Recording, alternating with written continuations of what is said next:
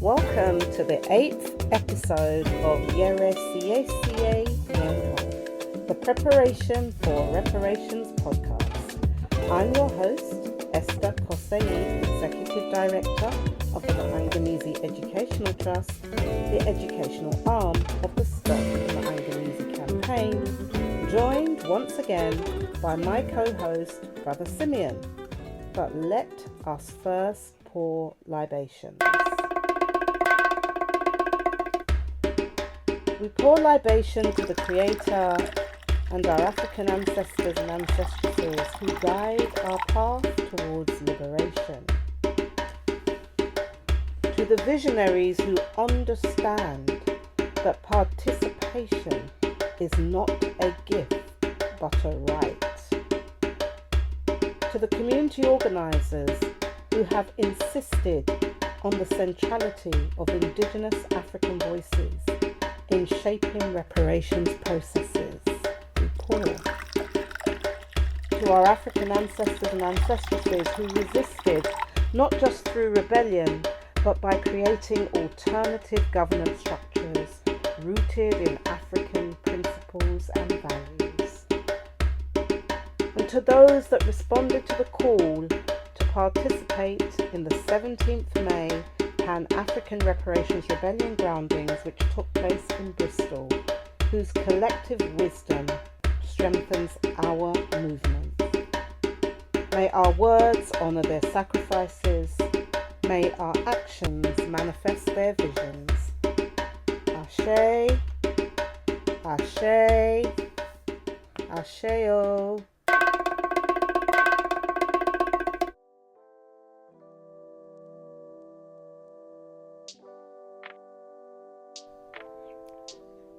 Greetings, family.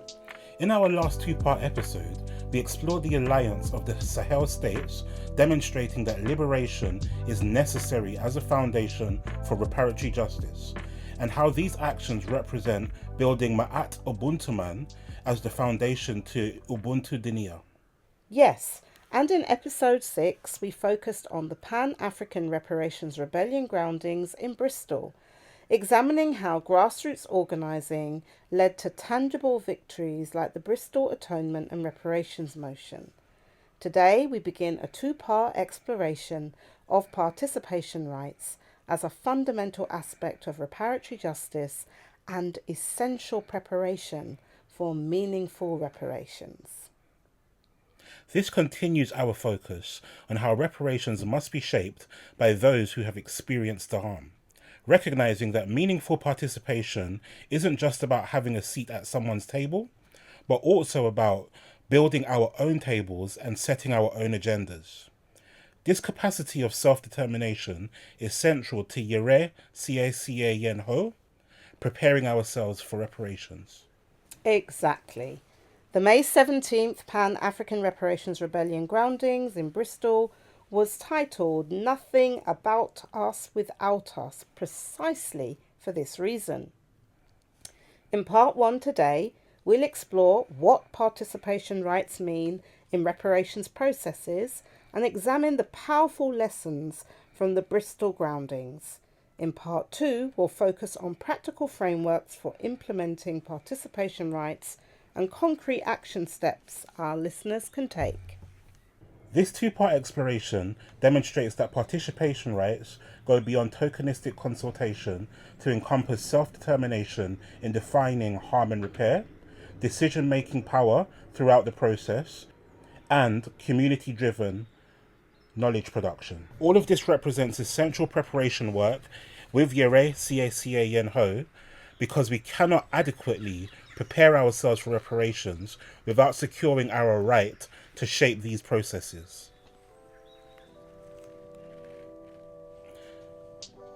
Defining participation rights in reparations. Auntie Esther, you've often emphasized that participation in reparations processes is itself a right that requires repair. Could you elaborate on what you mean by participation rights in the context of reparatory justice and how that connects to preparing ourselves for reparations? That's an excellent starting point, Brother Simeon. When we speak of participation rights in reparations, we're addressing a fundamental aspect of the harm caused by the Maangamizi and its ongoing legacies. The systematic exclusion of African people from decisions that affect our lives and futures.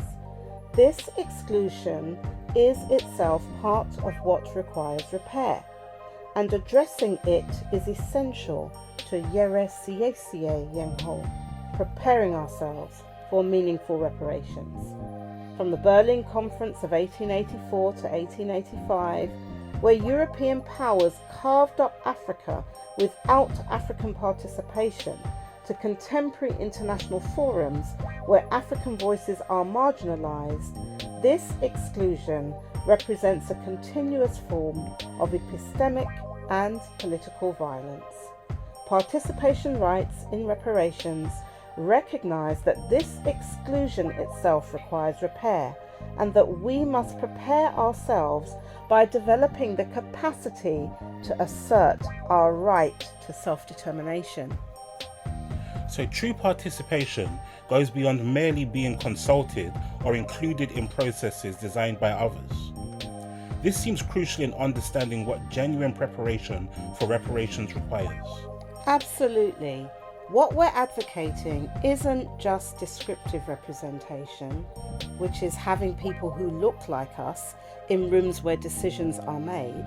We're demanding substantive representation, the right to determine the very frameworks, questions, and processes through which reparations are conceived and implemented.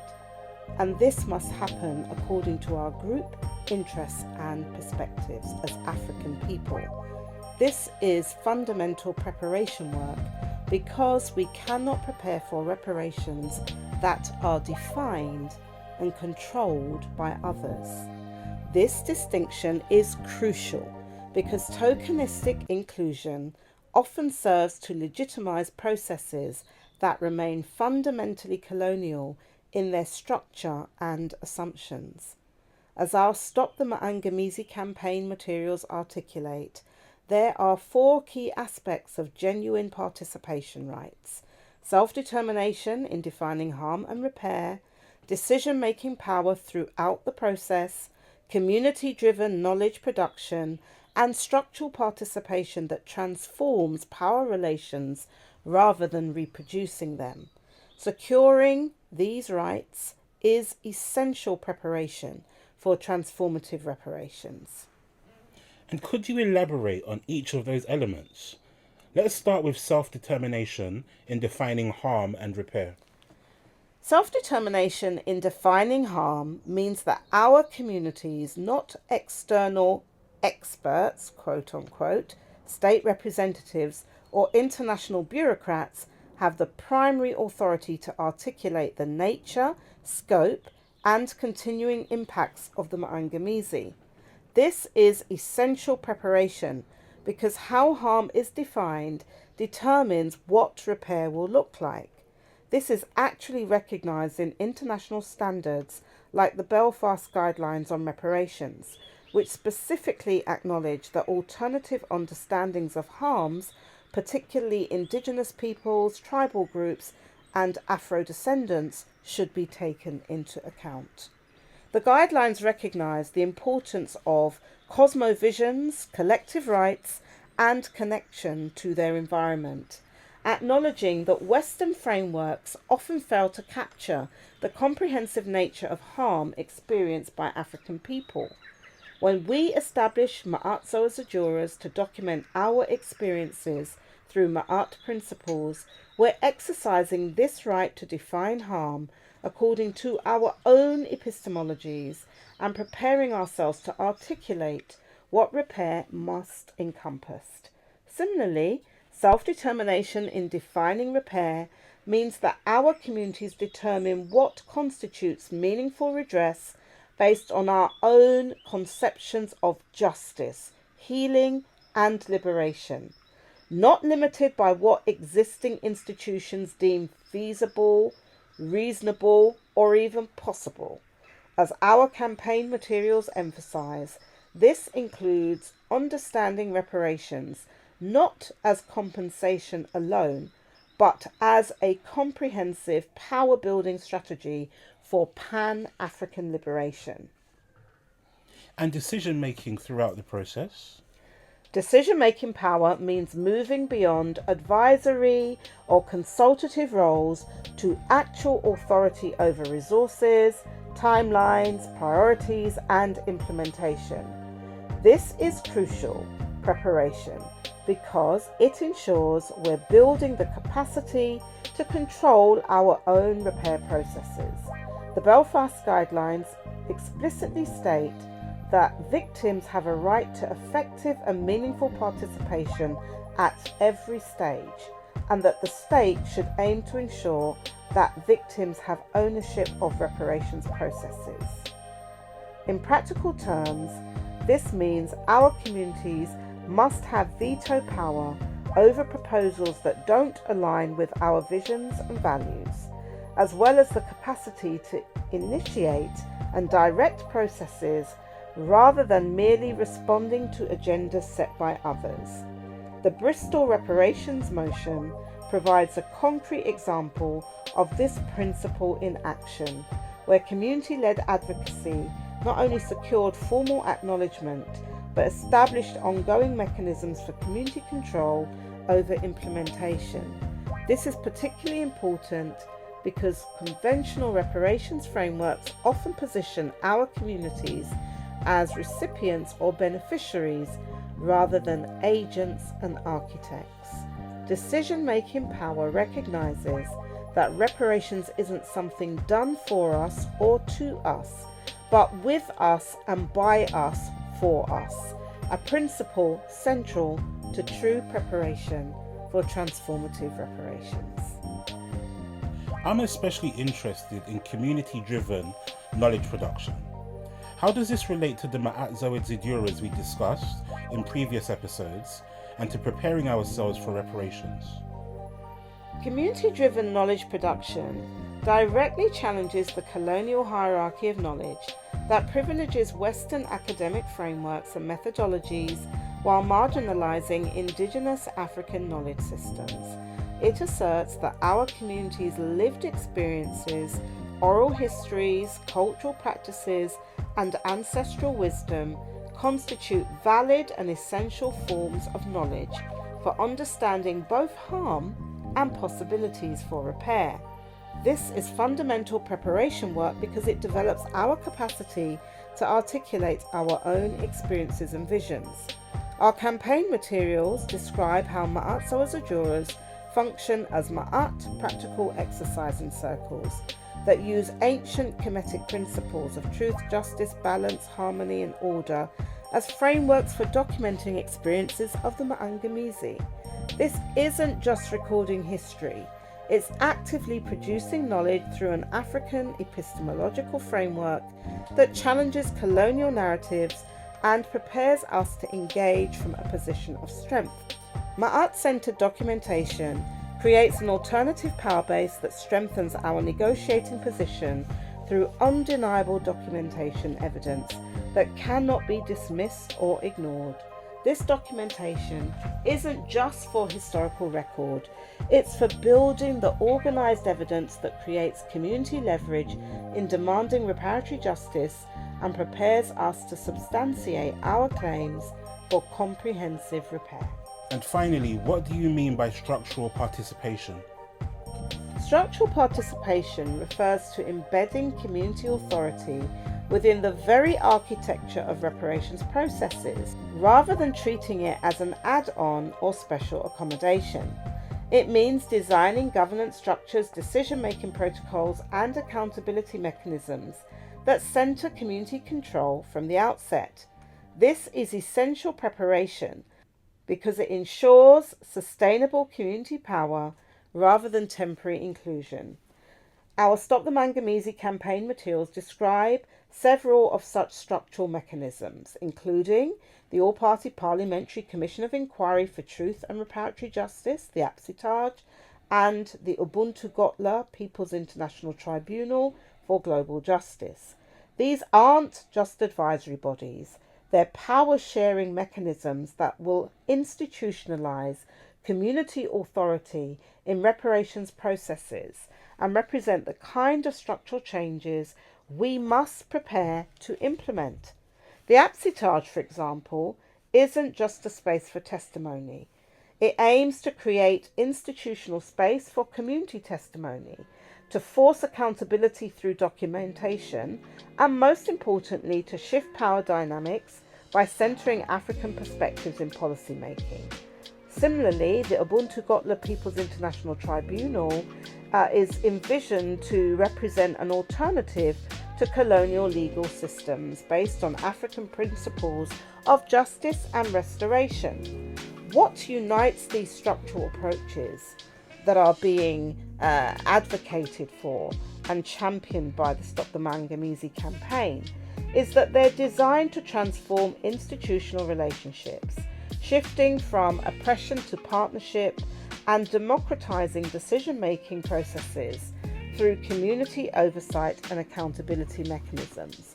This will represent the kind of fundamental transformation that we must prepare to effect and secure. Now, this framework helps explain why so many state-led and institutional reparations processes fall short. They may include elements of consultation and representation, but rarely encompass all four dimensions of participation rights that are necessary for genuine participation. Exactly. And our Stop the Maangamizi campaign materials explicitly identify the institutional limitation tactics used to restrict community power, from exclusionary tactics like using technical language to create barriers to participation, to narrative control through framing reparations as charity rather than justice.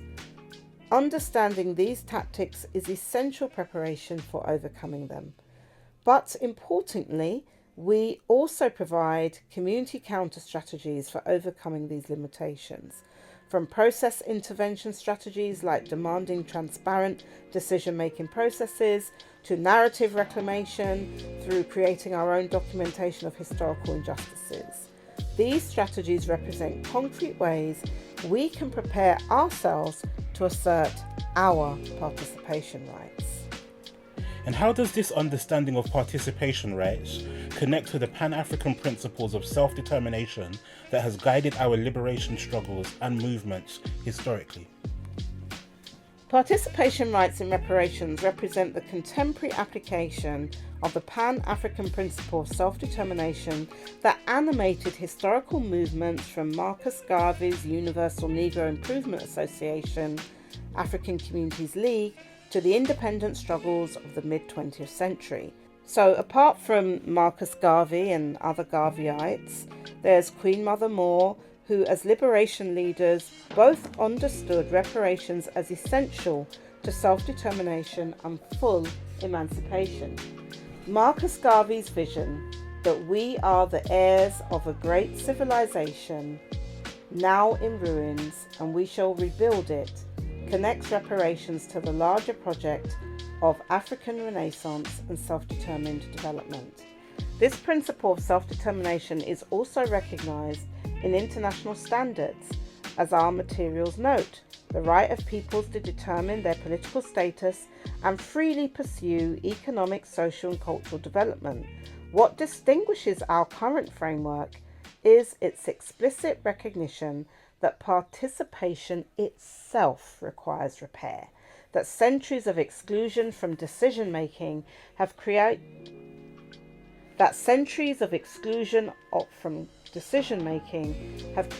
profound epistemic injustices that conventional participation models don't address.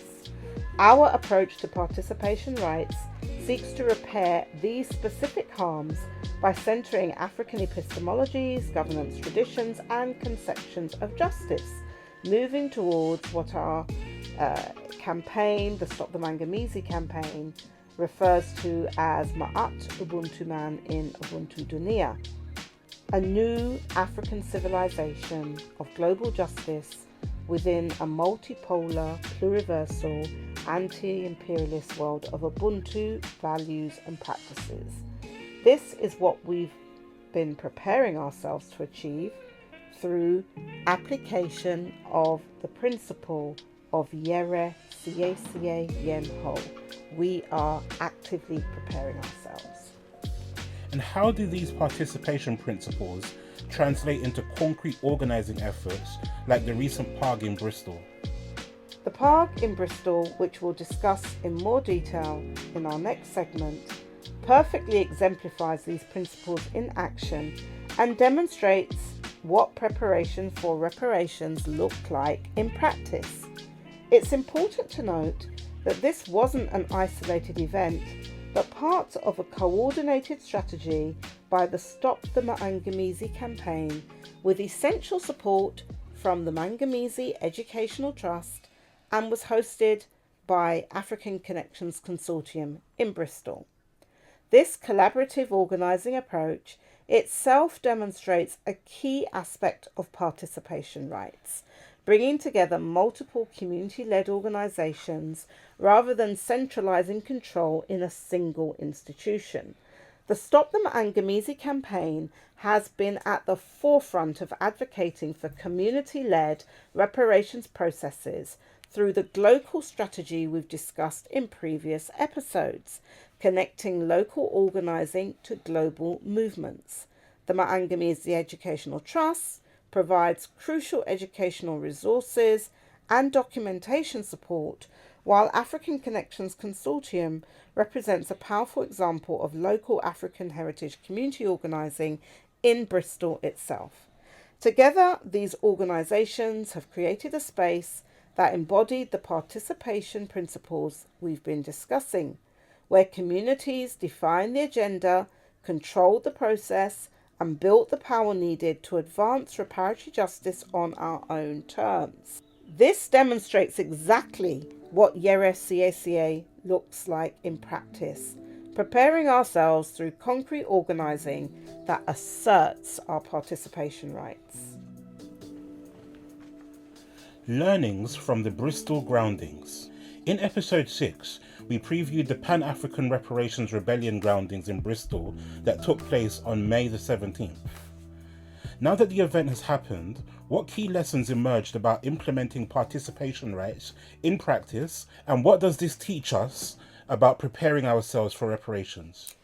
The Bristol PARRG provided a powerful demonstration of what participation rights look like when centred in the design and implementation of a community gathering, and it showed concretely what Yɛresiesie, preparing ourselves, means in practice. First, it's important to acknowledge that the PARRG was organised by the Stop the Maangamizi campaign with the essential support from the Maangamizi Educational Trust, and it was hosted by the African Connections Consortium.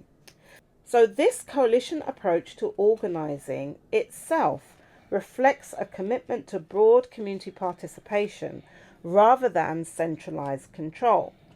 The Stop the Maangamizi campaign brought its expertise in connecting local reparations demands to global movements and frameworks, particularly through the global organising strategy we've discussed in previous episodes.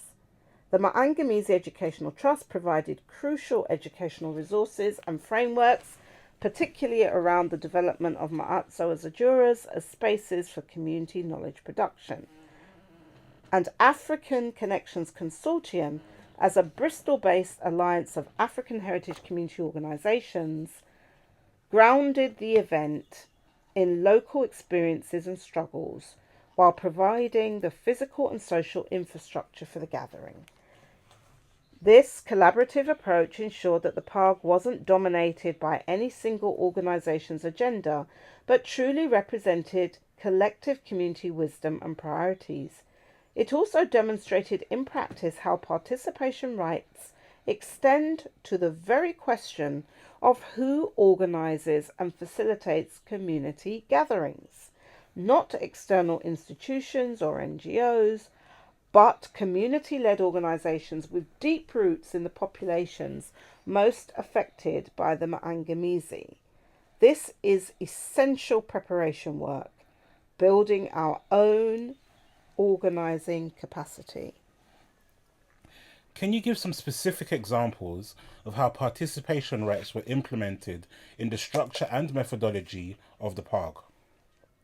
The PARRG employed a groundings methodology rooted in the work of the late Professor Walter Rodney, where each participant's lived experience was valued as a source of knowledge. This wasn't a space dominated by experts or speakers. It was structured to draw out collective wisdom through facilitated dialogue and story circles.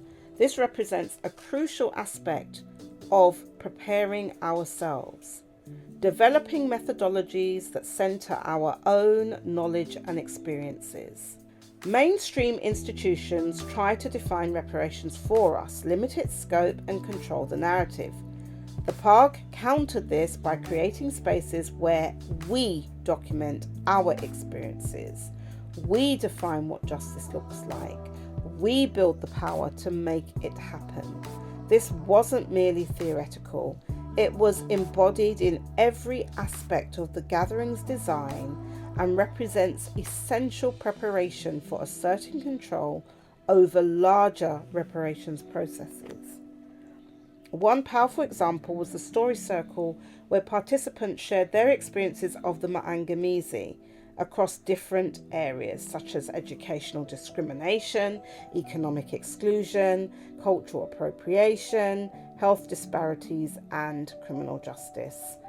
As the promotional material stated, your story isn't just personal, it's political evidence that strengthens all our demands.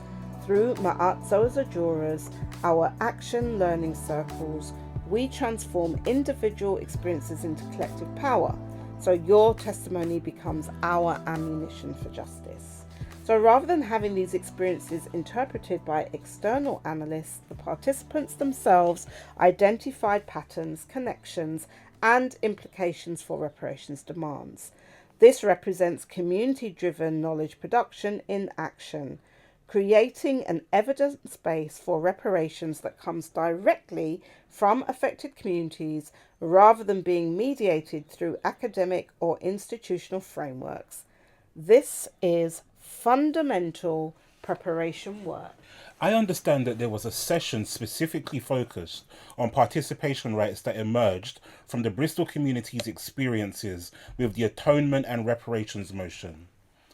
What insights came from that about preparing ourselves for reparations? Yes, that session provided crucial lessons about how participation rights must be vigilantly protected. The Bristol reparations and atonement motion didn't happen because institutions felt generous. It happened because our communities built organised power that couldn't be ignored. Participants who had been involved in the campaign for the Bristol Reparations and Atonement motion shared exactly how they built the constituency power that made that institutional response inevitable. They described how years of grassroots organising by local African heritage communities created a foundation for coalition building between multiple community groups that ultimately identified allies within council structures who could advance the formal motion. This demonstrates what concrete preparation looks like. But crucially, they emphasised that securing the motion was just the beginning. Maintaining meaningful participation required continued organised pressure and ongoing preparation for new challenges. They shared how they had to constantly push back against attempts to dilute community control once the motion passed, showing that Yɛresiesie is an ongoing process, not a one-time event. For example, they described how the initial implementation committee established by the council tried to limit community representation and dilute the motion's more radical elements. They had to organise sustained pressure to ensure that community voices remained central and that the process wasn't captured by institutional interests. This teaches us that preparation must include developing capacity for sustained struggle. So having participation recognised on paper isn't enough. It requires ongoing organised power to make it meaningful in practice. This seems crucial to understanding what genuine preparation involves. Precisely. This is why we emphasise that participation rights are secured through people's power, not granted by institutions, and why Yɛresiesie requires building sustained organisational capacity. The Bristol experience showed that even after a formal victory like the council motion, communities must maintain organised pressure to ensure that participation remains substantive rather than symbolic.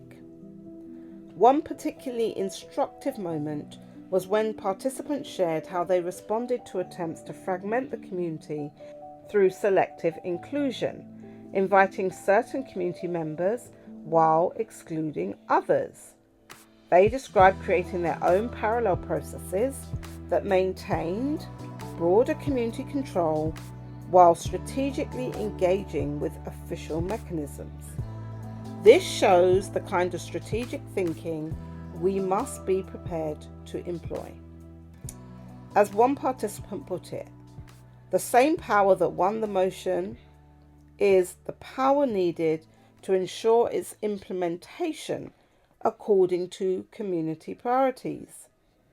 This demonstrates exactly what I meant earlier about participation rights being secured through people's power, including building the kind of sustained organising capacity needed for a long-term struggle. Were there challenges or limitations in implementing participation rights at the PARRG itself that we can learn from today to better prepare ourselves for future efforts? Yes, and I think it's important to acknowledge these openly, because learning from challenges is part of preparation. One challenge was ensuring meaningful participation across different levels of prior involvement and familiarity with concepts. Some participants had been engaged with these frameworks for years, while others were newly connecting with the reparations movement. The facilitators addressed this by creating multiple entry points, sometimes breaking into smaller groups differentiated by experience level, the other times deliberately mixing experienced and newer participants to transform knowledge exchange.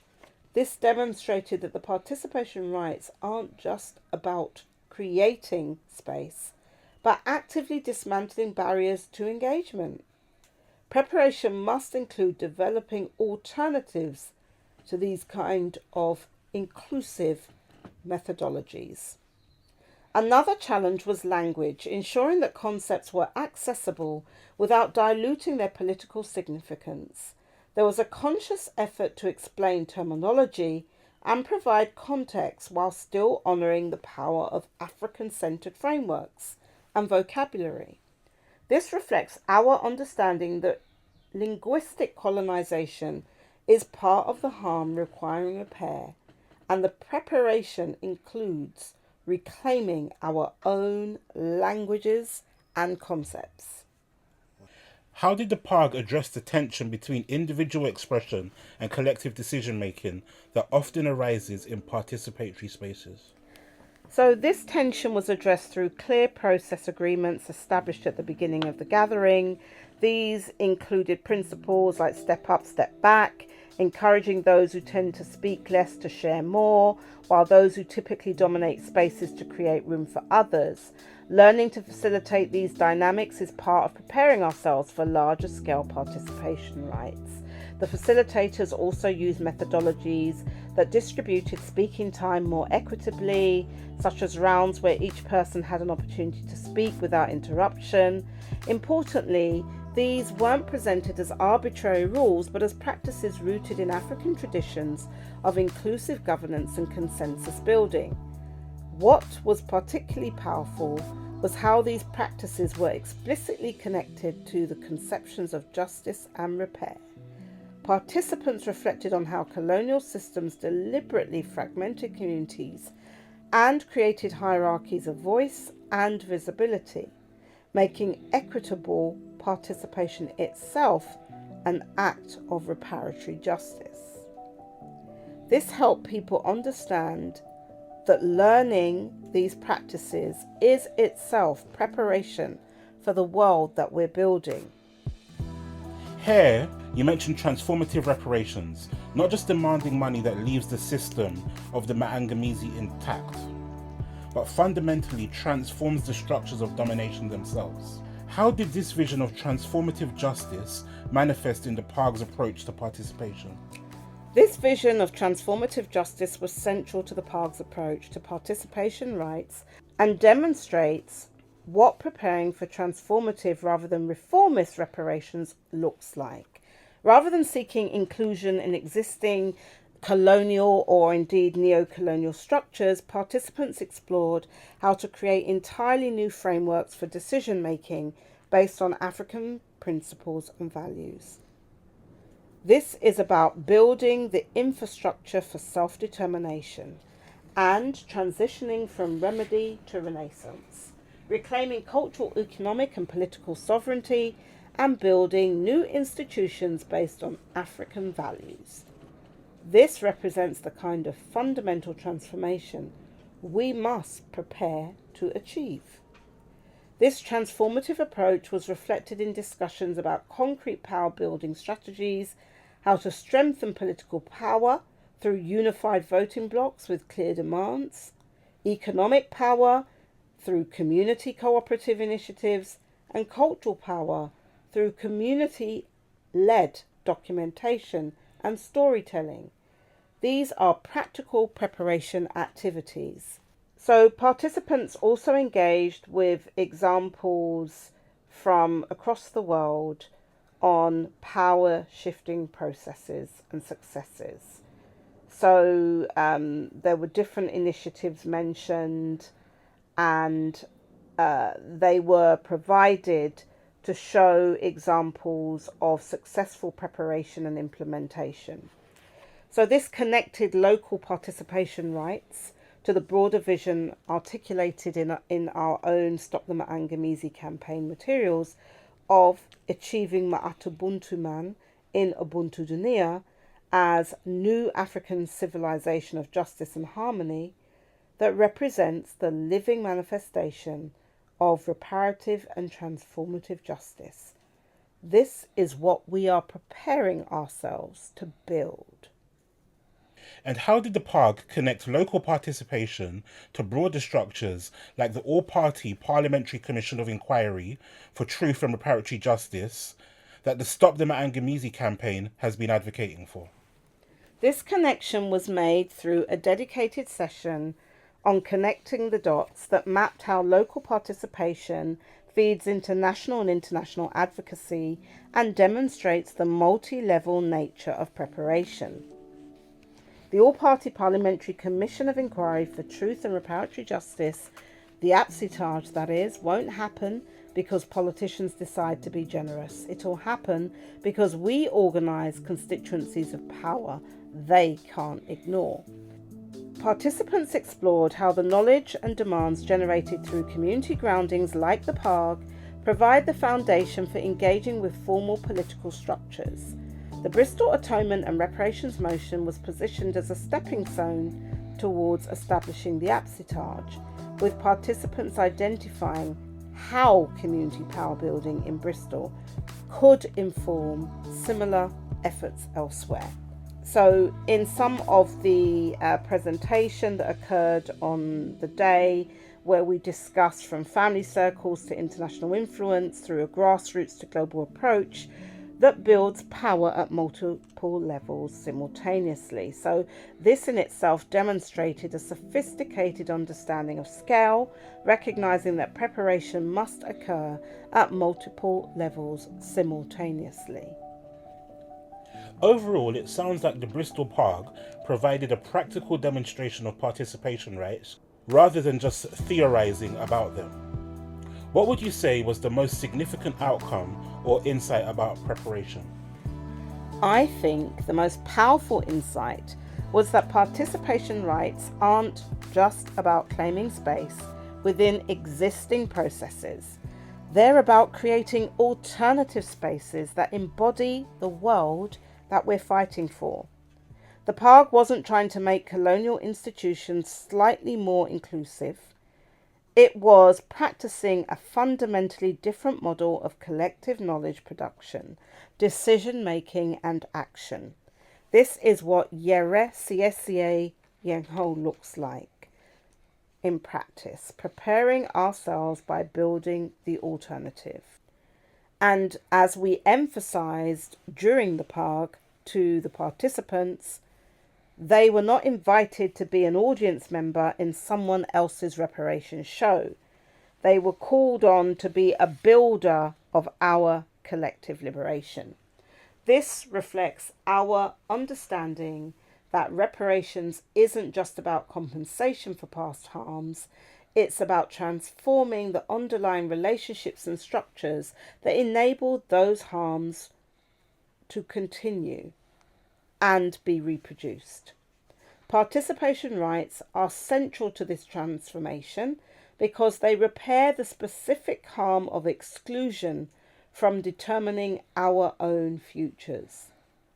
The PARRG demonstrated that when we say nothing about us without us, we're not asking permission.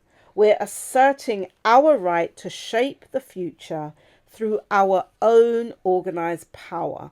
This is the essence of preparation, building the capacity to control our own liberation.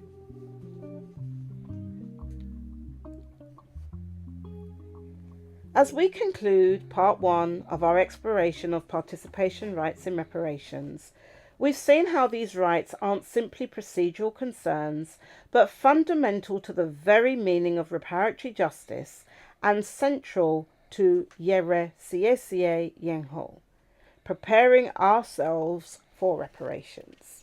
The Bristol PARRG provided powerful lessons about what participation rights look like in practice, from the collaborative organising approach that brought multiple community organisations together, to the Groundings methodology that centred community knowledge, to the ongoing struggle to maintain meaningful control even after formal victories. What emerges clearly is that participation rights must be secured through organised people's power, rather than granted by institutional goodwill. The Bristol experience showed that even apparent successes like the council motion require sustained community pressure to remain meaningful rather than symbolic. And we've seen how participation rights connect to the historical Pan-Afrikan principle of self-determination while addressing the specific epistemic and political violence of systematic exclusion from decision-making processes that affect our communities. In part 2 of this podcast episode, we'll turn to the practical questions of how communities can implement participation rights in various contexts through specific frameworks and concrete action steps. We'll explore community-designed consultation processes, participatory documentation methods, community-controlled resource allocation, and community-created accountability mechanisms. We'll also examine examples from our context beyond Bristol and provide our listeners with specific actions they can take to advance their participation rights in their own reparations work as part of their preparation for transformative reparations. This connects directly to our podcast's central theme, Yɛresiesie. We are preparing ourselves for reparations. As we've discussed today, securing participation rights is essential preparation work because we cannot adequately prepare for reparations that are defined and controlled by others. Until part 2, I encourage listeners to reflect on the 4 dimensions of participation rights we discussed today and to begin assessing how they apply in their own contexts. Remember, that this work of asserting participation rights is itself preparation for the transformative reparations our communities deserve. This is Esther Xosei And Brother Simeon, on behalf of the Maangamizi Educational Trust, reminding you that when we assert our right to shape reparations processes through our own organised power, we are practicing Yɛresiesie.